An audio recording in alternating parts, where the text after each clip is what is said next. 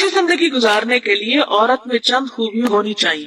پہلی خوبی پہلی خوبی دیندار ہونا، اور یہی بنیادی خوبی ہے.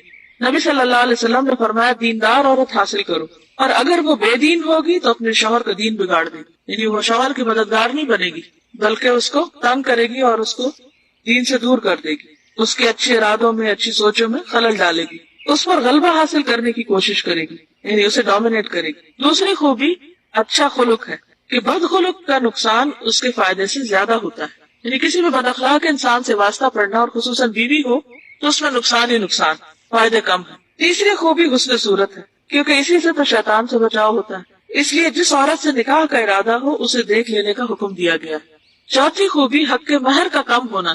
حضرت عمر رضی اللہ عنہ نے فرمایا عورت کے مہر گراں نہ رکھا کرو.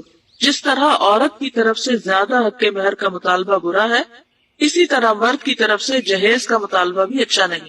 یعنی اگر کوئی عورت زیادہ مہر کا مطالبہ کرتی، اگر کوئی عورت چاہتی ہے کہ اس کا ہسبینڈ جو ہے وہ اس کو زیادہ بڑا برائڈل گفٹ دے، تو یہ کوئی اچھی بات نہیں. اسی طرح ہسبینڈ اگر عورت سے کہے کہ تم بہت سی ڈاوری لے کر آؤ، جہیز لے کر آؤ، اپنے پیرنٹس کے گھر سے بہت سا مال لے کر آؤ، گاڑی لے کر آؤ، مکان لے کر آؤ، اتنا زیور ہونا چاہیے، تو یہ بھی بری بات ہے، کیونکہ ہسبینڈ کو تو رسپانسبلٹی لینا ہے.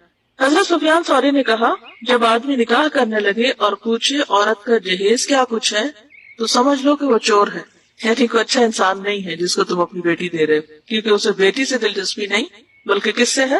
اس کے مال سے کہ وہ لے کے کیا آ رہی. پانچویں خوبی کنواری ہونا ہے، کیونکہ شارع نے اس کی تلقین فرمائی ہے. یہ اس لیے کہ کنواری عورت بنسبت بیوہ یا مطلقہ کے شوہر سے زیادہ محبت کرتی ہے، کیونکہ وہ انڈیوائیڈڈ ہوتی اور اس سے بھی محبت پیدا ہوتی. چھٹی خوبی یہ ہے کہ عورت ایسے خاندان سے تعلق رکھتی ہو جس کی خواتین بالعموم صاحب اولاد ہوں.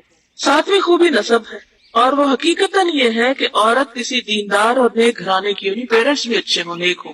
تو اگر نیک ماں باپ ہوں گے تو انہوں نے کچھ تو نیک تربیت کی ہوگی.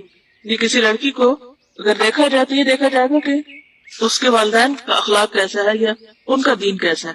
آٹھویں خوبی یہ ہے کہ عورت اجنبی نہ ہو، اسٹرینجر نہ ہو. جیسے مرد کو حکم ہے کہ عورت کو دیکھ کر نکاح کرے، اسی طرح عورت کے ولی کو بھی حکم ہے کہ مرد کے دین اور اخلاق اور حالات کو دیکھے.